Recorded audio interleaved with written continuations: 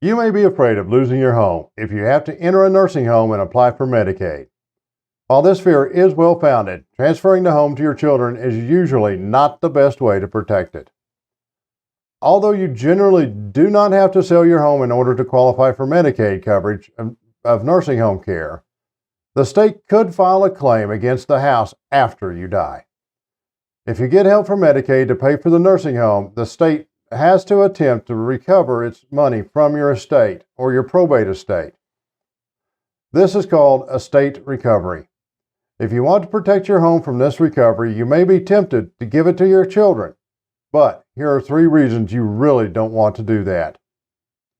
The first is you can become ineligible for Medicaid at all. Transferring your house to your children or anybody else may make you ineligible for Medicaid for a period of time. The state Medicaid agency looks at transfers made within the past 5 years of the Medicaid application. If you made a transfer for less than market value within that time period, the state will impose a penalty during which you will not be eligible for benefits.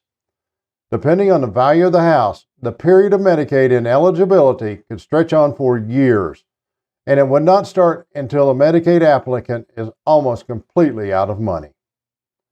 However, there are a few circumstances under which you can transfer a home without penalty.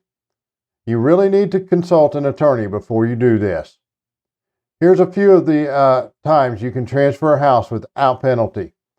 To your spouse, to a child who is under 21 or who is blind or disabled, into a trust for the sole benefit of a disabled individual under 65, a sibling who has lived in the home during the year preceding the applicant's institutionalization and who already holds an equity interest in the home, a caretaker child who is defined as a child of the applicant who lived in the house for at least 2 years and helped mom or dad stay out of the nursing home. The second reason you don't want to transfer that house is you're going to lose control of it. By transferring your house to your children, you will no longer own the house, which means you will not have control of it. Your children can do with it what they want. In addition, if your children are sued or get divorced, the house will be vulnerable to their lawsuits and creditors. And it can cause adverse tax consequences for your children. Inherited property receives a step up in basis. Gifted property does not receive that step up in basis.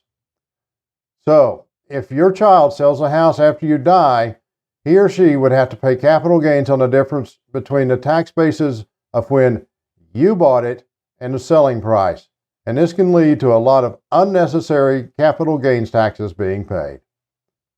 There are other ways to protect a house, including certain kinds of trust and certain kinds of deeds.